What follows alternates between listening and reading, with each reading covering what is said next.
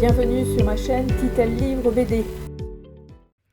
Salut les amis, donc toujours chez ma mère, comme vous pouvez reconnaître la bibliothèque derrière, je fais quelques vlogs avec, donc là c'est pour un avis lecture, cette fois-ci mes romans, parce que comme je vous expliquais j'en ai lu quand même pas mal, je suis soi-disant en vacances, en tout cas je me réinstalle en France, donc ça prend du temps, ça prend de la tata, en tout cas je suis libre comme l'air à date, parce que je n'ai pas de boulot pour l'instant, mais c'est ça, donc ça me permet de lire pas mal de bouquins. Donc ce que je voulais vous faire comme avis lecture aujourd'hui, c'est effectivement un avis roman. J'en ai lu 9 en l'espace de quelques semaines. Donc il y en a certains que j'ai lus sur liseuse, il y en a d'autres que j'ai lus, vous avez dû voir peut-être sur Instagram, j'avais fait un petit post en fait en montrant ce que j'avais emprunté à la bibliothèque, donc à l'époque au Québec.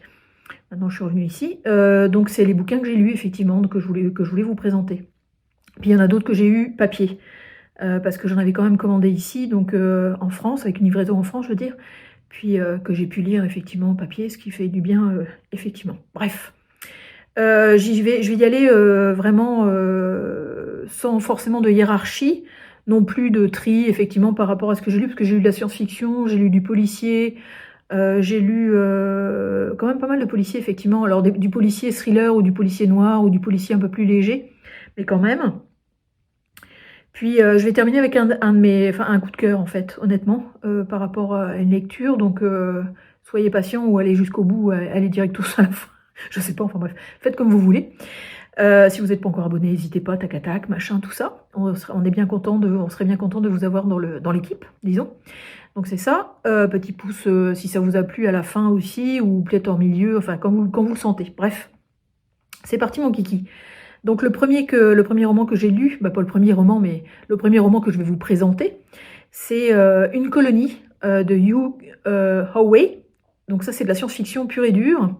Donc ça j'ai lu ça chez, je regarde mon petit papier, Actes Sud.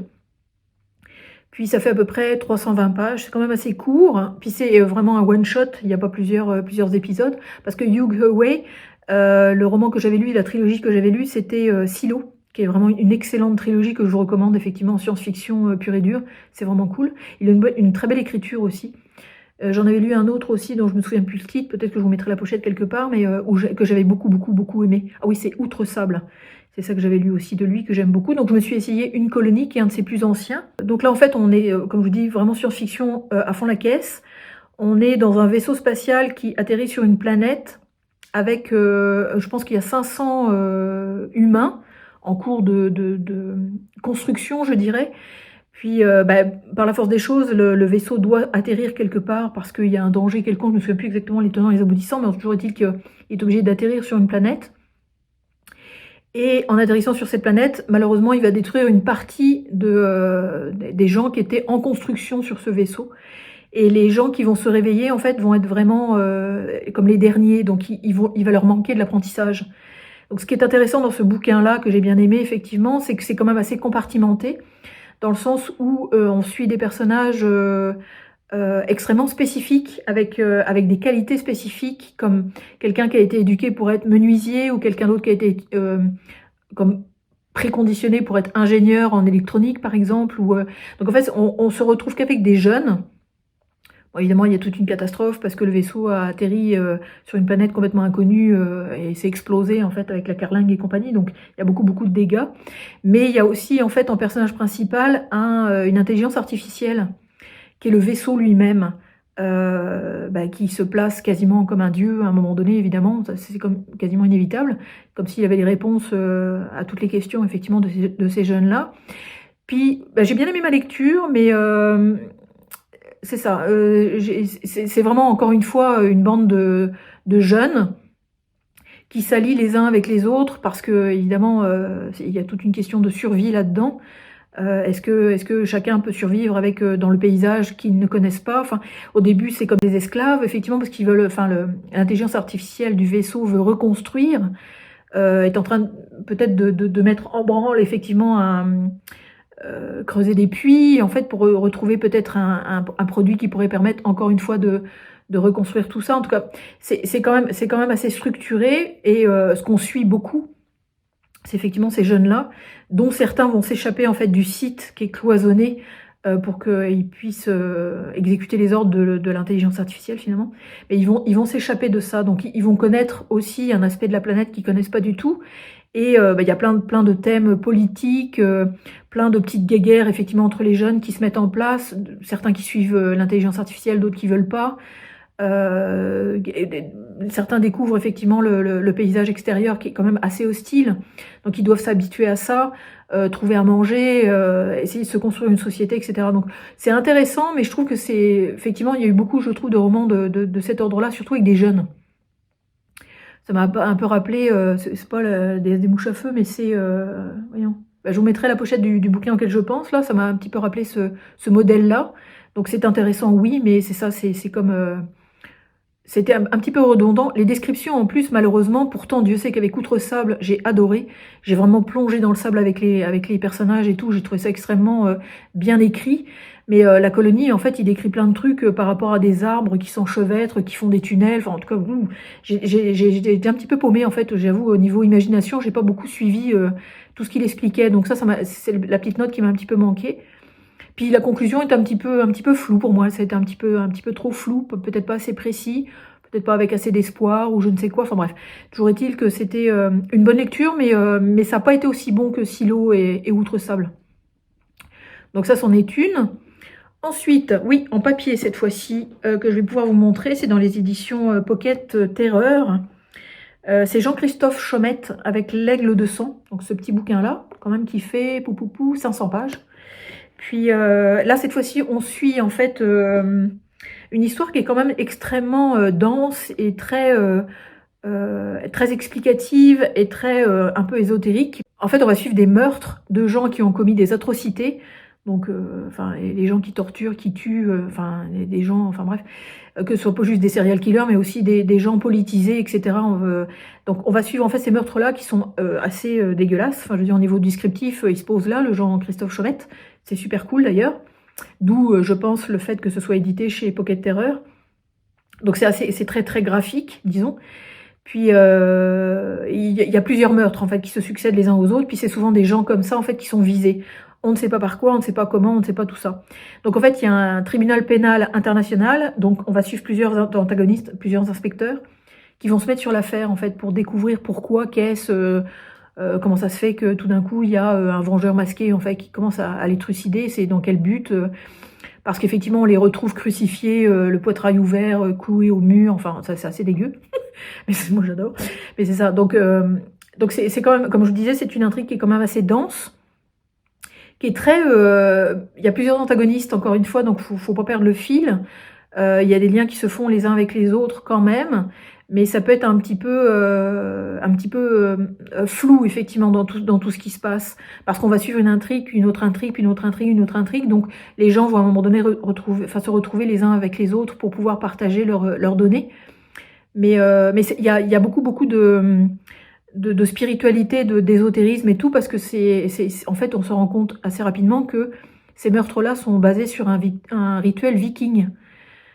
Donc là, on aborde effectivement tout ce qui est nordique et compagnie, avec les dieux, machin, Thor et compagnie. Donc ça devient c'est là où ça prend un cran au-dessus au niveau de l'intrigue.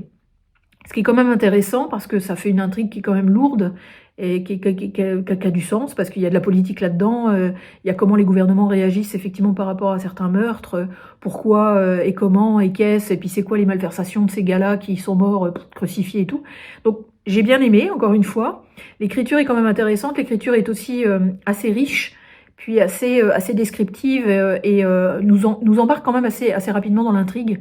Donc ça c'est le fun, ces personnages aussi sont intéressants, souvent un peu boiteux, donc ça rend les choses un petit peu plus proches de nous. Donc c'est un roman que je vous recommanderais si vous aimez ce genre-là, qui est un mélange de thriller extrêmement noir, vraiment très glauque et très sanglant, disons. Donc ça se lit bien. Puis Jean-Christophe Chaumette, je pense que je vais essayer d'en lire d'autres. Il en a fait d'autres qui ont eu un petit peu plus de succès, je pense. Donc ça.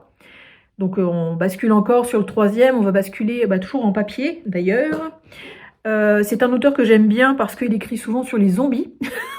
Donc je me suis dit, on va continuer effectivement à découvrir sa plume via une autre intrigue qui est un petit peu plus vieille. Donc là on est avec Max Brooks.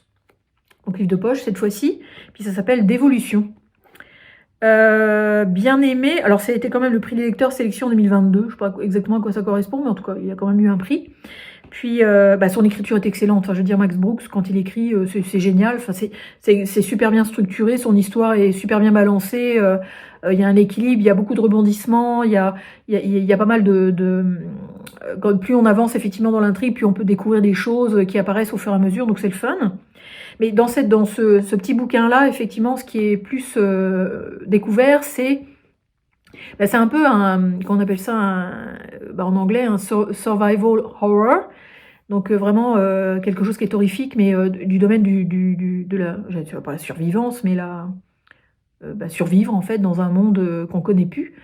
Puis alors l'histoire démarre avec un endroit aux États-Unis qui a été aménagé, donc extrêmement décentré, mis entre plein de montagnes, pour créer un espèce de hameau en fait de sécurité.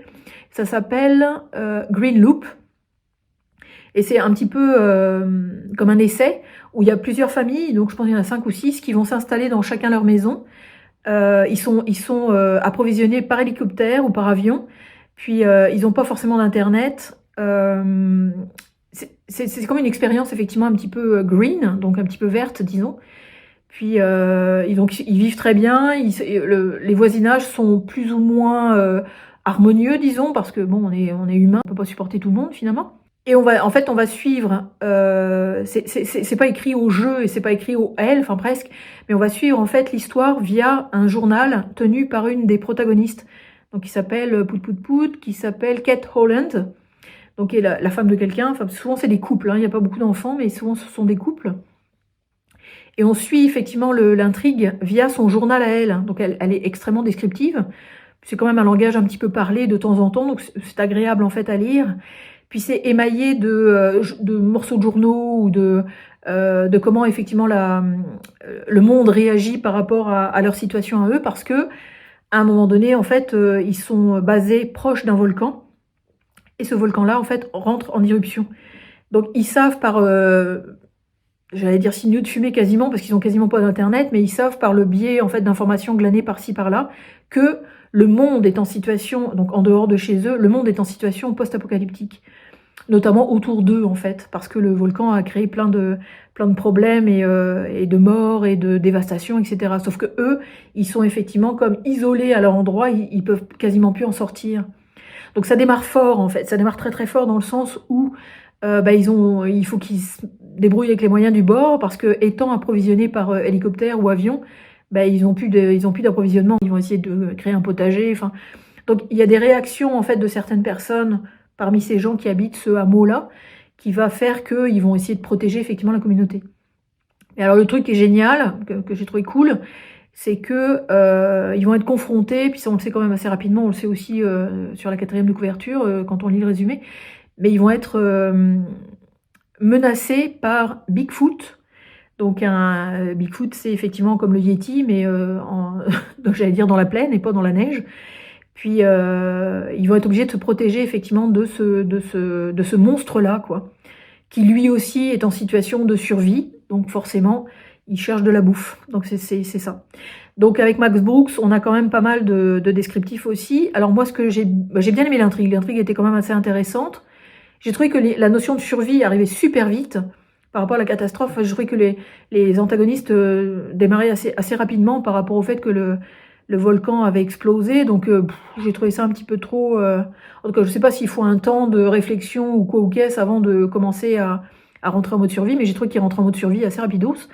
Puis ce que j'ai moins aimé aussi, c'est qu'il y a beaucoup de descriptifs de comment ils font des lances en bambou, comment est-ce qu'ils installent un piège à tel endroit, ou comment est-ce qu'ils protègent leur maison avec tel ou tel morceau de bois. Il y a beaucoup de descriptifs en fait de comment faire quoi. Ça faisait un peu vidéo YouTube tuto, comment construire tel ou tel truc, ou comment se défendre avec, encore une fois, les moyens du bord, bref. Donc oui, j'ai bien aimé, j'ai préféré effectivement définitivement ces trucs sur les zombies, mais d'évolution, en fait, le titre est intéressant aussi parce que c'est comme une évolution, mais dans l'autre sens. Parce qu'on suit des gens éduqués, évolués, etc., avec tout ce qu'il faut pour être dans une société qui est moderne. Puis tout d'un coup, effectivement, il se retrouve avec rien du tout, puis attaqué par un monstre, quoi, ou par des monstres, en fait. Ils savent pas trop au début, en fait, comment agir par rapport à tout ça. Donc intéressant, l'écriture est super bonne, évidemment. Mais je vous dis, au niveau du descriptif, à un moment donné, moi, je sautais les pages parce que bon, ça va, pas besoin de savoir comment je fais une lance en bambou, ça m'intéresse pas plus que ça. Mais ces personnages sont intéressants. Le fait qu'on suive aussi l'histoire par le biais de cette Kate, c'est vraiment intéressant parce que c'est un personnage qui est pas à côté de la plaque, enfin qui évolue aussi elle-même par rapport à la situation, donc c'est intéressant. Donc si vous voulez lire du Max Brooks, pas avec zombie, allez-y. Mais c'est ça, ça a été sympathique, c'était une lecture sympathique. Ensuite, alors là, ce livre-là, effectivement, je l'avais loué à la bibliothèque. Je pense que c'était par un site YouTube quelconque dont j'en avais eu la référence.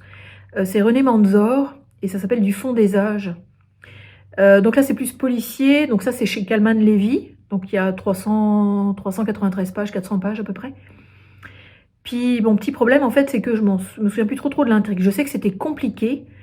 Je sais qu'on suit en fait un type qui s'appelle Marcus Taylor, qui est un glaciologue, je pense qu'il est américain, qui a perdu son fils il y a 3 ans, parce qu'il l'a perdu, il ne sait pas comment, il le retrouve, il recherche, il est vraiment en mode enquêteur quasiment depuis toutes ces années-là, pour pouvoir retrouver ce fils-là, qui a 10 ans, je pense, qui va réapparaître, en fait, à un moment donné. Donc, mais qui va réapparaître pas tout à fait comme ce qui devrait être. Donc j'ai trouvé effectivement l'intrigue intéressante, encore une fois très riche, parce que très politisée. Il y a des gouvernements qui rentrent en compte effectivement dans l'histoire. Il y a de l'espionnage. Il y a plein effectivement de thèmes abordés qui sont compliqués, je trouve, qui sont quand même assez alambiqués, dans le bon sens du terme quand même, parce que du coup ça donne un aspect très riche à l'histoire. Mais c'est ça, je m'en souviens plus trop, en fait, je me souviens même plus de la conclusion. Je sais qu'il y a beaucoup de... la génétique aussi embarque beaucoup, parce qu'il y a des manipulations là-dedans par rapport à certains gouvernements. Puis, mais comme je m'en souviens plus trop, j'ai comme des bribes qui reviennent, je ne veux pas trop vous déflorer non plus l'intrigue, hein, parce que c'est quand même intéressant. Le personnage aussi de Marcus, pardon, est quand même assez intéressant aussi. Il croise plusieurs autres personnes. Il y a son ex-femme aussi à un moment donné qui va intervenir. Il y a quand même plein effectivement de choses intéressantes qui arrivent dans ce livre-là. Mais comme je vous dis, je pense que je l'ai lu il y a déjà un petit moment, il y a peut-être plusieurs semaines. Et l'intrigue m'est pas remontée en tête. Comme je vous dis, le souvenir que j'en avais eu, c'était que c'était quand même pas mal compliqué, je dirais, très alambiqué en fait. Mais bon, si vous l'avez lu, dites-moi en fait en commentaire si vous l'aviez apprécié. Je sais que René Manzor, il en a fait d'autres aussi. Je sais pas si c'est du même acabit, mais en tout cas, c'est pas juste une petite intrigue domestique, c'est vraiment du thriller, j'allais dire politisé, enfin gouvernemental et compagnie, donc c'est quand même intéressant. Oui, ensuite, un petit bouquin qui m'a fait du bien, j'avoue, qui est pas très gros, qui fait 280 pages. Là, cette fois-ci, c'est chez Gale-Meister. Moi, je l'ai lu en fait sur ma liseuse. C'est Giorgio Pulizzi et c'est La librairie des chats noirs. Très sympa, très sympa, très chouette. Intrigue, exactement ce qu'il faut quand on veut être distrait, puis qu'on part d'un bord, puis que finalement on nous emmène d'un autre, puis que tout d'un coup on découvre qui c'est qui a été le vrai coupable, puis c'est le fun à découvrir aussi. Insoupçonnable, souvent. Enfin, moi, j'ai pas le réflexe d'essayer de trouver qui a tué qui, parce que de toute façon, on nous le dit à la fin, donc je fais pas l'effort, mais j'ai trouvé que le twist de qui effectivement était la personne coupable était vraiment intéressant. Donc là, en fait, on va suivre, alors il s'appelle Marzio Montecristo, j'espère que je le prononce bien en italien, donc, et on le suit en fait dans une petite ville qui s'appelle Cagliari, qui est en Italie évidemment, et c'est un libraire extrêmement bourru, on les aime les libraires bourrus, mais c'est vrai que quand les gens posent des questions très simplestes, genre, vous savez, la couverture jaune avec tel auteur que j'ai vu dans l'émission qui précède, enfin bref, donc c'est toujours assez marrant. Et c'est lui le gérant, effectivement le propriétaire de la librairie, mais il a quand même des employés avec lui. Mais il a surtout en fait organisé un petit groupe de gens extrêmement hétéroclites qui s'appelle les enquêteurs du mardi, qui mènent des enquêtes. Et nous, quand on lit en fait la librairie des Chats Noirs, on est plus dans une deuxième enquête, disons. Je ne sais pas si il y a déjà eu un bouquin sur la première enquête, mais toujours est-il que on suit cette enquête-là. Et ils ont déjà aidé en fait la police à résoudre une enquête quand même assez tortueuse, puis des fois qui date de longtemps en fait, qui est quand même assez, enfin qui est pas récente, disons. Donc le petit groupuscule est pas très, c'est pas très grand, enfin c'est pas 15 personnes là, heureusement, parce qu'il aurait fallu suivre 15 personnes, ça aurait pu être compliqué.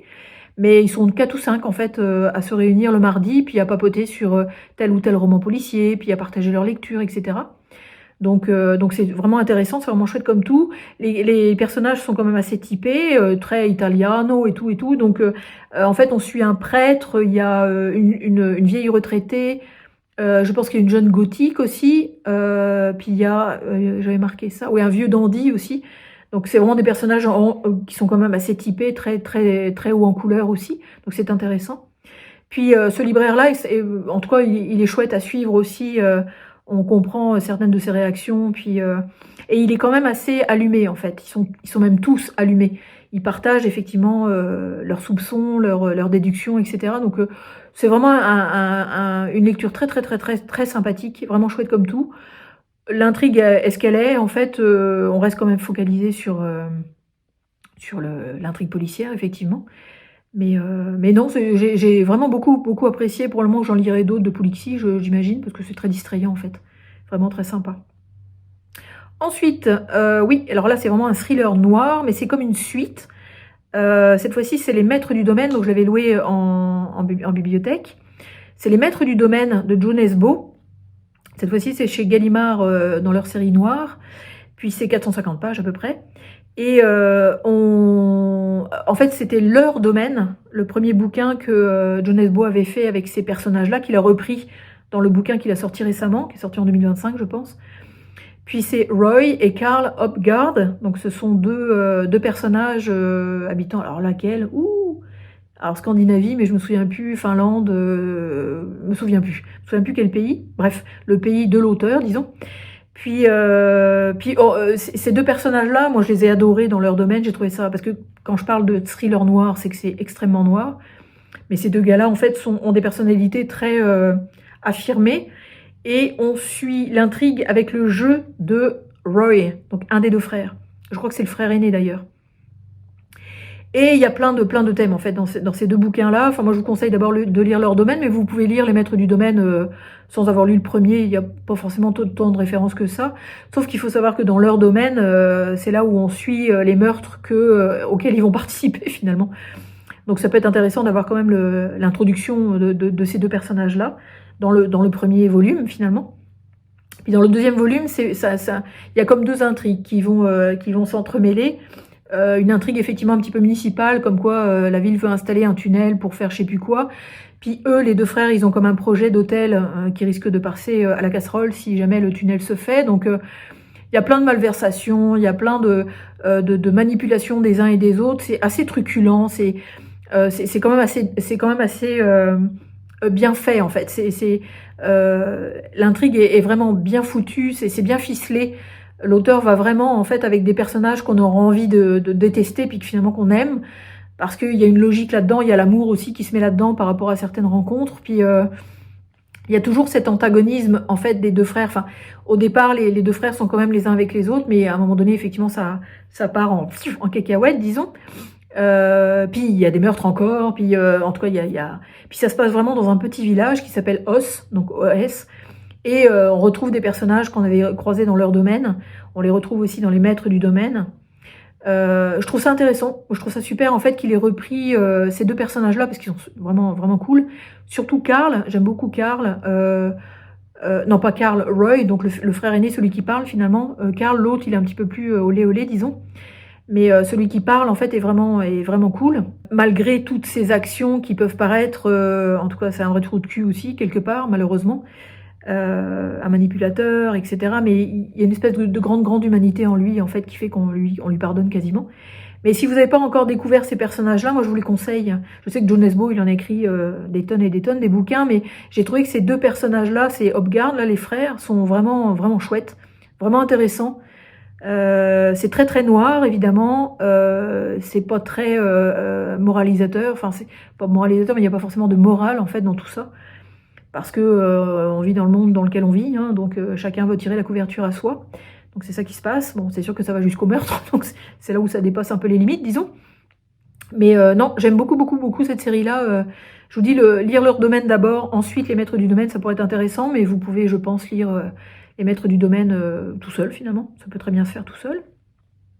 Ensuite, oui, je me suis essayée à une nouvelle autrice aussi que je ne connaissais pas encore, qui s'appelle Anouk Schutteberg.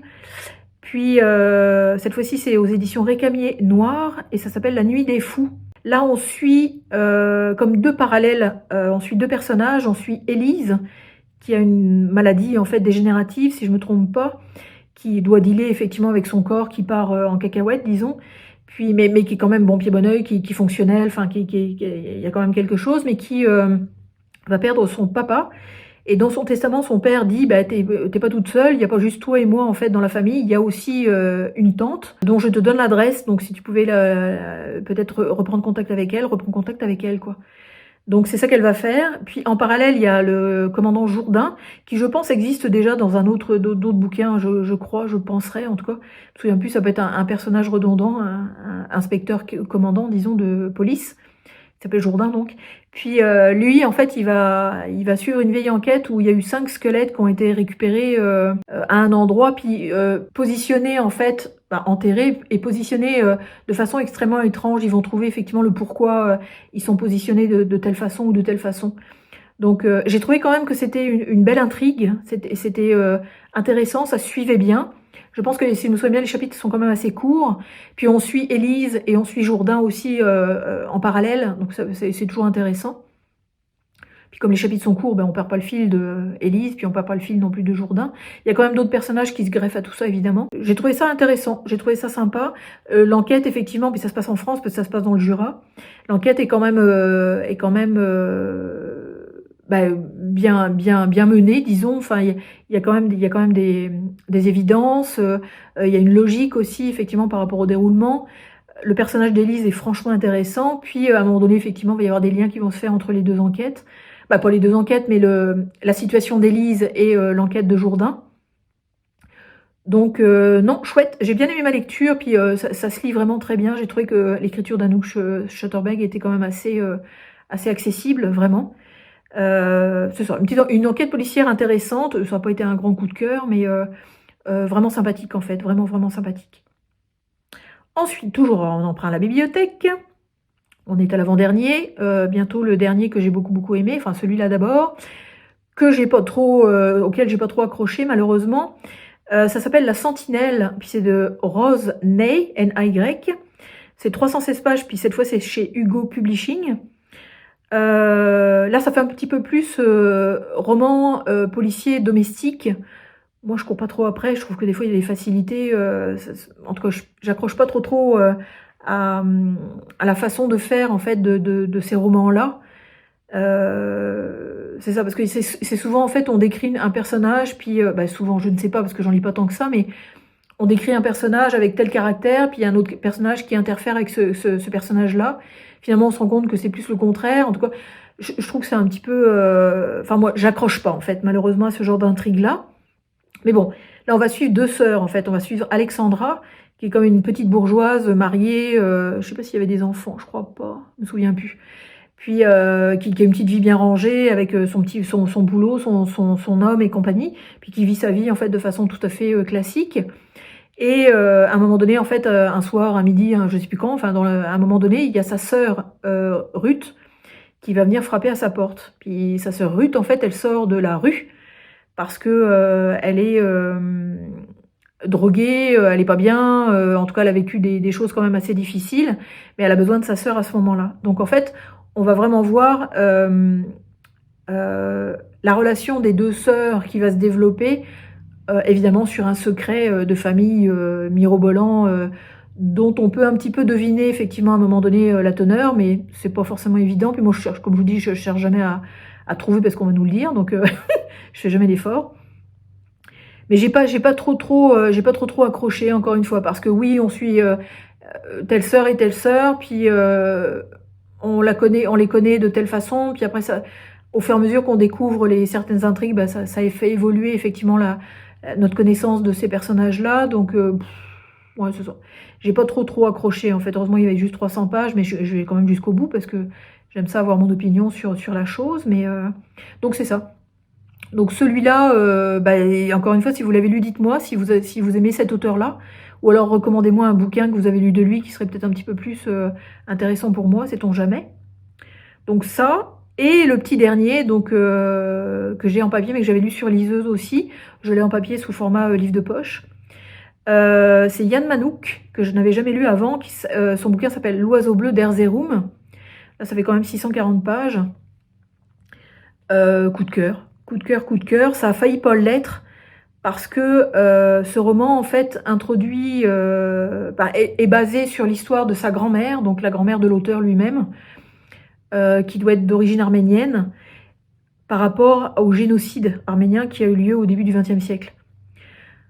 Donc waouh, les premières pages, faut pas s'arrêter là parce que c'est extrêmement violent, c'est cru, c'est brut, c'est épouvantable. Enfin, je veux dire, c'est extrêmement choquant. Donc à un moment donné, je me suis dit, est-ce que je continue ou est-ce que j'arrête? Parce que si tout le bouquin est comme ça, je pourrais pas continuer. C'était trop fort, c'était trop pénible et trop agressif en fait pour moi. Puis je me suis obstinée, je me suis dit ça se peut pas qu'il y ait 600 pages de descriptifs de mort et de survie en fait à marcher sur les morts pour pouvoir s'évader ailleurs. Parce qu'en fait dans ce bouquin-là, on va suivre deux petites filles, donc deux petites sœurs, une qui s'appelle Araxia et l'autre qui s'appelle Aïganouche. Puis donc Araxia est la sœur aînée, donc elle a 10 ans, puis Aïganouche elle a 5-6 ans. Et on va voir effectivement comment elle veut se sortir du massacre en fait des Arméniens, donc en Turquie. Non, c'est l'Arménie turque en fait. J'ai pas tout compris. Il aurait fallu que je regarde effectivement sur un atlas pour savoir quoi était quoi à l'époque. Mais toujours est-il qu'on parle vraiment de la diaspora arménienne. Puis c'est pas simple. Enfin, je veux dire, mais passer effectivement, je crois que c'est les 20 ou les 30 premières pages. Continuez votre lecture. Passez au-delà des atrocités. Si vous voulez pas les lire, lisez-les en travers, mais ça vaut vraiment le coup. En fait, il faut connaître le parcours de ces deux enfants-là, parce qu'on va les suivre effectivement au fur et à mesure qu'elles vont grandir. Elles vont être séparées à un moment donné, malheureusement, puis elles vont se perdre de vue, donc on va suivre leur parcours un peu en parallèle. On va suivre quelles sont les rencontres de ces deux petites filles-là, et vers quoi elles vont être confrontées, pourquoi est-ce qu'elles vont partir ailleurs, de quelle façon elles vont sortir du pays ou pas sortir du pays, de quelle façon elles vont développer leur vie en fait avec tous ces souvenirs-là, puis ces morts et ces tortures. Et en fait, c'est vraiment, c'est un roman extrêmement poignant. Et il y a le paradoxe du doudou, parce que les personnages sont extrêmement attachants. Enfin, on a vraiment envie qu'elles s'en sortent, on veut savoir ce qui leur arrive, parce qu'il y a des belles choses malgré tout. C'est ça qui est chouette aussi dans sa façon d'avancer dans son histoire, c'est que malgré tout ce qu'elles ont vécu, petites filles, elles se développent comme femmes en fait de façon inattendue, je dirais, avec de l'espoir, avec des rencontres d'hommes aussi en fait qui vont les aider à passer à travers tout ça. Puis c'est vraiment l'histoire d'un pays en fait qui se disloque et qui essaye de se reconstruire, mais ailleurs. Moi j'ai trouvé ça absolument extraordinaire. C'est un magnifique roman, c'est vraiment pas facile du tout à lire. J'ai pleuré plusieurs fois honnêtement par rapport à ce qui arrivait à ces personnages-là. Ça m'a beaucoup touchée. Puis je trouve ça intéressant, encore une fois, c'est comme un espèce de témoignage fictif, mais qui a probablement été qui a été réel pour certaines autres personnes. Et faut le lire en fait, je pense. Et c'est une belle façon de laisser le côté historique de ces atrocités-là en fait, à travers des personnages qui sont qu'on aura envie de connaître, quoi, qu'on aura envie de tenir par la main, qu'on a envie d'emmener effectivement aux endroits où elles pourraient être protégées. L'écriture est super douce. La façon dont il avance effectivement dans son intrigue est excellente. On a plaisir effectivement à retrouver les personnages, même si on laisse le bouquin d'un côté, on le reprend plus tard, on n'est pas perdu. Enfin, non, c'est vraiment un très très beau témoignage, malheureusement, sur cette atrocité qu'est le génocide arménien. Parce que ça fait vraiment pas dans la dentelle. Je veux dire, il y va pas avec le dos de la cuillère, il y va vraiment avec les descriptifs de les soldats qui tranchent et qui tuent. Mais il y a toujours une lueur d'espoir à travers tout ça, donc c'est ça qui fait du bien. Comme je vous dis, les 30 premières pages, continuez votre lecture. Allez-y, allez-y. Prenez conscience que vous allez dans cet univers-là, effectivement, quand vous commencez à lire ces 30 pages-là, mais qu'à un moment donné, effectivement, vous allez voir l'évolution de tout ça, en fait. Donc c'est ça qui fait du bien. C'est ça qui fait du bien, parce que tout n'est pas négatif. C'est ça qui est chouette. Donc voilà. Il y a eu aussi, en fait, un abandon, récent, d'ailleurs. C'est dans la collection Pocket Terreur. J'ai lu, j'ai pas lu, j'ai commencé à lire, en fait, dans les griffes du diable, donc elle a été écrit par Cathy Cash Spellman. Dans les griffes du diable, en fait, je sais pas si vous l'avez lu, ça fait comme c'est un gros pavé, je pense, il y a 600 pages. Puis ça a été écrit dans les années 90, enfin 90-95, je pense. Puis, mon Dieu que c'est compliqué. En tout cas, c'est intéressant parce qu'on apprend plein de trucs. J'ai lu peut-être 150 pages, je crois, peut-être un petit peu plus que ça. Puis après, j'ai commencé à lire un petit peu en travers pour voir, j'ai lu les 20 dernières pages, disons, pour savoir comment ça se termine. Puis, en fait, c'est dans Les Griffes du Diable, ça suit un personnage, une jeune femme, en fait, d'une quarantaine d'années, qui a fait un enfant jeune et qui vit sa vie. Je crois qu'elle est aussi libraire, ou en tout cas, elle, si je me souviens bien, je sais plus. Mais toujours est-il qu'elle tient une boutique, elle est gérante d'une boutique avec plusieurs employés aussi. Et sa fille, donc d'une vingtaine d'années, vient frapper à sa porte à un moment donné avec un bébé dans les bras. Puis elle lui amène ce bébé-là pour qu'elle s'en occupe. Donc en fait, la fille lui laisse le bébé, puis démerde-toi avec, finalement. Et elle a cette petite fille-là à élever pendant 3 ans, auquel elle va énormément s'attacher, évidemment. Puis à un moment donné, effectivement, sa fille, donc Jenna, va refrapper à sa porte, puis va lui repiquer l'enfant, en fait. Donc de là démarre plein de choses, parce qu'elle va se rendre compte que la petite, en fait, est dans un milieu extrêmement nocif et très hostile. Et c'est là où ça embarque, effectivement, avec le côté Pocket Terreur, donc, c'est-à-dire il y a il y a un prêtre, il y a des réflexions sur l'égyptologie, il y a des amulettes à aller chercher à tel endroit parce que Isis, nanana, enfin, c'est compliqué, c'est lourd, c'est plein de descriptifs, c'est plein de dialogues entre des experts, disons, en fait, qui décortiquent le pourquoi du comment, parce qu'en fait, la petite fille se retrouve dans une secte.